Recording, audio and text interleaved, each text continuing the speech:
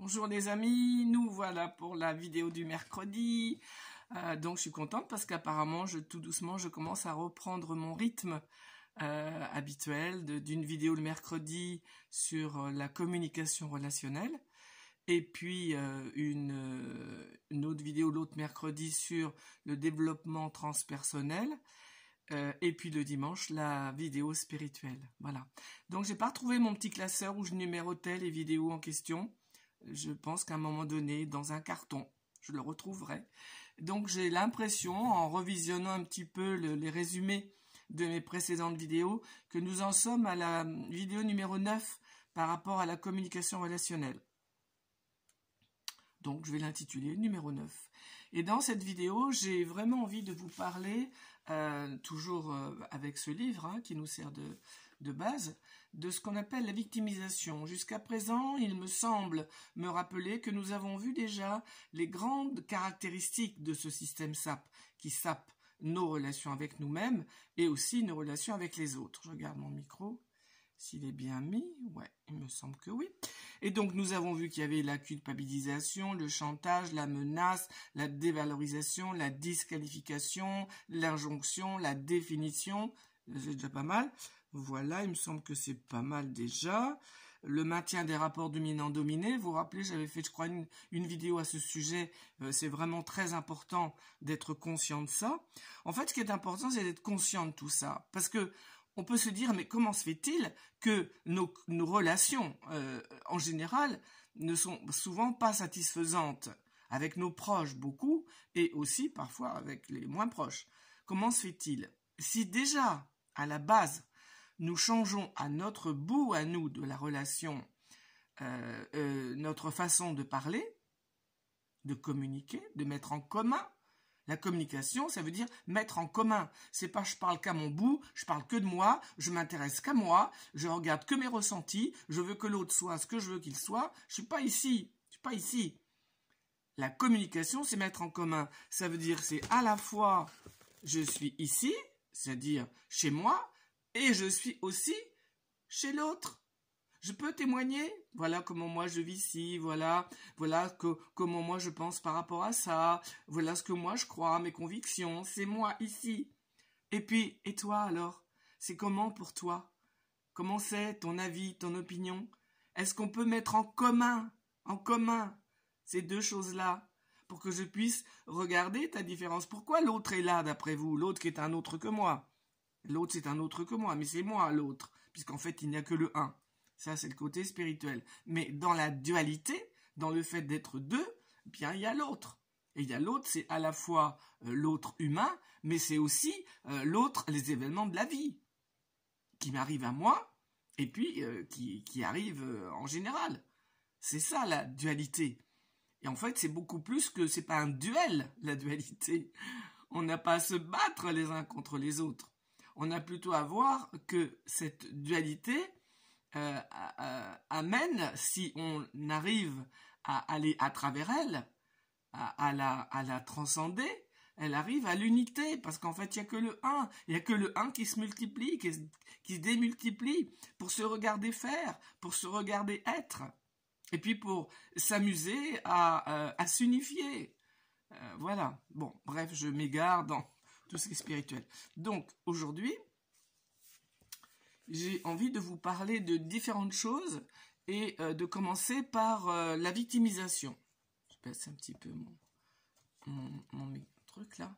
Voilà. La victimisation. Moi, j'étais beaucoup là-dedans. J'étais beaucoup dans la victimisation. Je m'en rendais pas compte. Je m'en suis rendu compte quand j'ai fait ma formation. En fait, j'étais beaucoup dans c'est pas de ma faute. C'est la vie que j'ai eue quand j'étais petite, la vie n'était pas facile, voilà, moi j'ai manqué de ceci, j'ai eu faim, j'ai eu froid, je suis une petite exilée, je viens de Tunis, et puis voilà, j'ai pas eu de chance dans la vie, puis j'en ai pas encore, et puis bah moi j'ai pas de force, bah voilà, moi je suis une femme, et c'est pas facile pour une femme. Oui, alors je disais pas ça, je disais pas tout ça comme ça, mais c'est tout ça qui m'habitait, c'est tout ça qui était à l'intérieur de moi. Donc, c'est tout ça que je manifestais. Parfois, je manifestais avec des mots, tel que je donnais quelques exemples ici, mais c'était une attitude que j'avais. C'était, comment dire, un état intérieur qui était en moi, mais dont je n'étais pas consciente et qui émanait de partout. Et qui faisait que, ben oui, les autres, du coup, pouvaient me consoler, s'occuper de moi, me prendre en charge, être sympa, c'était agréable, c'était confortable. Parce qu'on peut se demander, lorsqu'on fait de la victimisation, qu'est-ce que j'en reçois? Quel est le bénéfice que j'en tire? On a toujours à regarder quel bénéfice on tire d'un état que l'on garde. Par exemple, si j'ai travaillé correctement la restitution d'une violence que j'ai reçue de la part de quelqu'un. Quelqu'un m'a parlé mal, je l'ai mal reçu et je ne le garde pas. Parce que si je garde, je vais parler de la responsabilisation après. Si je garde en moi un message qui n'a pas été bon pour moi, je suis responsable du mal-être que j'ai. Je ne vais pas dire à cause de ce que tu m'as dit, j'ai mal et je suis mal. Ça, c'est de la victimisation. C'est de la culpabilisation. D'accord? Donc ça, je ne le fais plus en méthode Esper. C'est terminé. Donc, par contre, oui, c'est ça. Je reviens à ce que je voulais dire.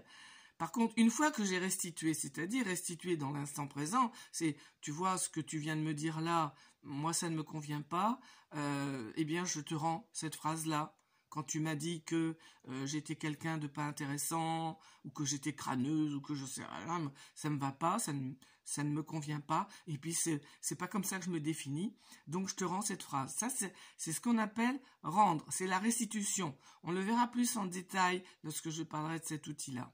Mais voilà, déjà je vous en parle. Donc quand on a restitué à la personne en question,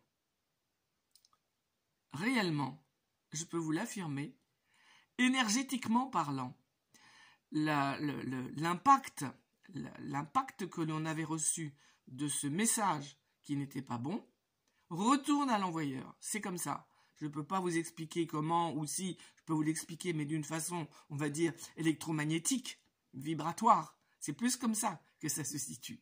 Mais dans les faits, réellement, eh bien, la personne qui a reçu cet impact-là ne le sent plus. C'est extraordinaire. Vous voyez, j'ai comme exemple, parce que moi je fais des erreurs aussi, je ne suis pas parfaite, oh là là, loin de là. Et je me rappelle un jour, j'avais une petite fille, ma petite fille, qui était chez moi, et qui tripotait tout le temps mes rideaux. J'ai des rideaux, vous savez, les gouttes de pluie, là, vous voyez, j'aime beau, c'est joli, mais c'est fragile. Et puis en plus, comment moi j'avais mis la tringle, c'était pas très solide. Et donc, elle aimait bien jouer avec ça. Et elle est petite, elle a 3 ans à l'époque, quand elle fait ça, il n'y a pas longtemps, il n'y a pas longtemps. Et donc, je lui dis, tu sais, je préfère que tu joues pas avec les rideaux. Tu vois, c'est fragile, ça va tomber. Voilà, je lui dis une fois, je lui dis 2 fois, mais c'est trop tentant pour la petite.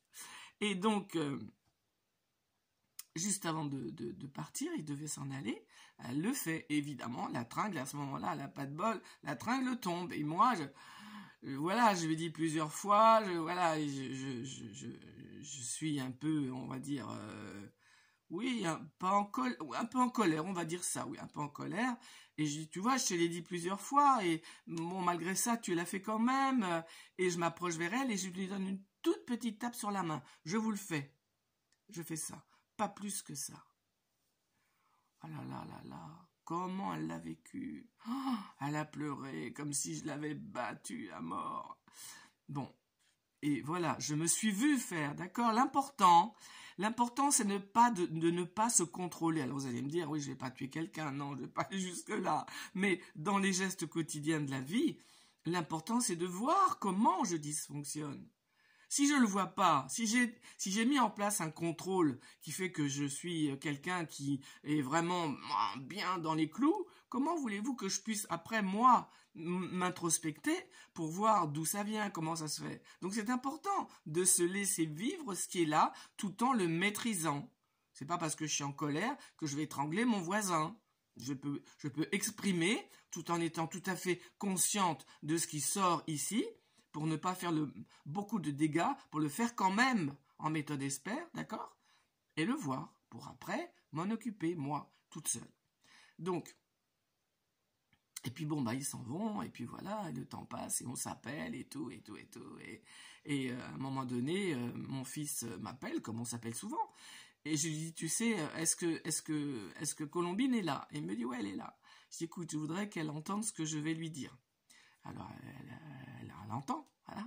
Et je dis, tu vois, Colombine, quand tu étais à la maison, parce qu'il n'y avait pas trop longtemps entre le moment où elle l'a fait et le moment où je lui parle, parce que sinon, c'est pas qu'elle a oublié, mais c'est dans son inconscient. Hein, c'est pire. Et je dis, tu sais, voilà, quand tu étais là, tu te rappelles, tu as touché le rideau, et puis bah, je t'ai donné une toute petite tape sur la main, et puis tu as beaucoup pleuré, parce que voilà, t'as pas aimé, et puis c'est normal. Et ben tu vois, ben moi je suis pas bien de t'avoir fait ça, tu vois. Et ben moi je reprends cette petite tape que je t'ai donnée sur la main, parce que c'était pas bon pour toi. C'est tout. Et j'ai demandé à Olivier, je dis, mais comment elle prend ça, Colombine? Ben il me dit, ben la souris. Vous voyez, c'est beau. Parce que effectivement, quand on reprend quelque chose qui n'a pas été bon pour l'autre, ça dégage la personne. Moi, je le prends. Je peux dire aussi par expérience que le fait de le prendre, d'avoir eu cette humilité et cet amour pour l'autre, de le reprendre, fait que ça n'est plus là. Mais on reparlera de ça plus précisément. Donc, je reprends tout à l'heure mon exemple. Et donc, si j'ai rendu à quelqu'un quelque chose qui ne m'a pas fait du bien, c'est une évidence, d'accord? C'est une certitude, ça n'est plus à l'intérieur de moi. Maintenant, si j'en veux encore à la personne, oui, mais quand même, il m'a dit ça, il n'aurait pas dû, alors qu'il avait dit que c'était quand même quelqu'un qui m'aimait beaucoup, nanani, nanana, et j'y reviens, et je le lâche pas. Moi, ce que je dis, c'est comme un os qui reste, c'est comme un chien qui reste sur son os. C'est-à-dire que, et ça aussi c'est intéressant, tout est intéressant pour s'interroger, d'accord? Sans jugement, l'observation de soi. C'est elle qui va amener la connaissance de soi. Sinon, il n'y en a pas, c'est pas possible. Donc c'est comment se fait-il que comme un chien sur son os, je reste accroché à ce ressentiment par rapport à un tel que je n'arrive pas à lâcher. Et tant que je le lâche pas, je le lâche pas. C'est pas un problème. Je vais pas me contrôler pour lâcher ce ressentiment. Non, c'est pas bien, je devrais. Non, non, non, non. Tant que j'ai un ressentiment, je le garde. Même si j'ai restitué. Je garde. Et je regarde ce qu'il y a dedans. Qu'est-ce qu'il peut y avoir, d'où ça peut venir, et comment ça se fait. Est-ce que petite, j'ai été habituée, parce que c'est un peu mon truc, hein, d'accord? Vous savez, tout ce que je transmets, faut pas croire, hein, c'est que moi je l'ai fait. Comment voulez-vous que ce soit aussi naturel de parler comme ça de théories que j'ai mises en pratique si je n'avais pas mis en pratique? Il y a des années de mise en pratique. Bien sûr, sinon je ne pourrais pas me permettre et oser parler comme je le fais là avec ce canal YouTube. Donc, j'étais comme ça. Ça me faisait du bien d'avoir du ressentiment. C'était agréable d'en vouloir à l'autre encore et lui faire payer même si j'ai restitué, ce qui n'était pas le cas après. Hein. Parce qu'après, moi, quand j'ai fait mes formations, j'avais qu'une envie, c'est d'être bien à l'intérieur de moi. Et tout ce qui était à faire, je l'ai fait. Et j'ai vu tous mes dysfonctionnements. Et voilà, et c'était formidable de pouvoir les aimer, ces dysfonctionnements, et puis faire en sorte qu'ils se réparent. Voilà, c'était le but. Donc, qu'est-ce qui fait? Parce que ça peut très bien être ça. Et ça fait partie de la victimisation. Tu vois, bah depuis que tu m'as dit ça, et ben moi, ben j'arrive pas à aller vers toi. Alors qu'en fait, c'est pas vrai. C'est pas forcément ça qui fait que j'arrive pas à aller vers toi. Il y a peut-être autre chose. Mais du coup, moi, je me cache avec ce truc-là. Ça me permet d'avoir une justification. Et encore une fois, tout est valable. Rien n'est à juger. On n'est plus jamais dans la culpabilisation et dans l'auto-jugement. Plus jamais dans ces auto-sapes-là. C'est terminé, parce que c'est un empêcheur d'avancer. Par contre, on regarde, comment ça se fait que je suis encore là-dedans, quoi. Et il en est de même pour la victimisation. Se victimiser, bah d'ailleurs j'ai une image là qui est très jolie. J'ai une image qui est très jolie, vous voyez, je n'avais pas prévu, mais je vais vous lire, pas tout, hein, mais je vais vous lire un petit peu. C'est à la page 28. Apparemment, c'est une femme d'un certain âge qui est au téléphone et elle dit « Tu sais, ma chérie, ça ne va pas du tout. Ne t'inquiète pas. J'ai vu le docteur, il m'a donné pour 498 francs de médicaments. Et tu sais, la réparation que le plombier m'a faite, elle ne tient pas du tout. Et mon dentiste m'a dit que je devais changer de bridge. Et ma voiture fait un drôle de bruit. Et je me demande si ma prothèse de hanche tiendra encore longtemps. Et si tu savais comme la vie est triste depuis que ton père est parti. Même la chatte refuse un câlin. Ah, j'oubliais de te dire. Ta sœur est venue, elle, dimanche dernier. Vous voyez, on est en plein dans le système SAP. Alors, que fait la fille quand elle entend des messages comme ça? C'est pas évident. Donc, la victimisation, c'est vraiment, sincèrement, je pèse mes mots, et vous le savez, chaque mot que j'utilise est toujours pesé. Ce n'est pas des mots en l'air. La victimisation, c'est un fléau. C'est un fléau pour la personne qui la vit. Parce que c'est énergétivore. Énergétivore, c'est qui vous bouffe de l'énergie. C'est énergétivore au maximum pour la personne qui est dans la victimisation. Ça l'est pour l'autre en face, mais on va en parler de l'autre en face. Mais pour la personne qui le vit, qui fonctionne comme ça, elle ne pourra jamais avancer. Elle est foutue. Si elle ne voit pas qu'elle est installée dans la victimisation et si elle ne fait pas des efforts surhumains, lorsqu'elle est vraiment installée dedans, hein, c'est un fléau, d'accord, ok? Bon. Donc, si elle ne fait pas d'efforts surhumains pour en sortir, elle est foutue.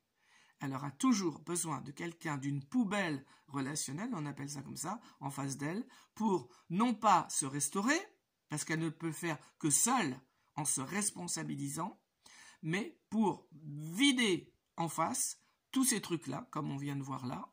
Du coup, la personne en face, elle écoute, elle entend, elle se culpabilise, elle a un peu honte, elle a des tas de ressentis tout à fait différents qui font qu'elle prend, et elle devient poubelle relationnelle.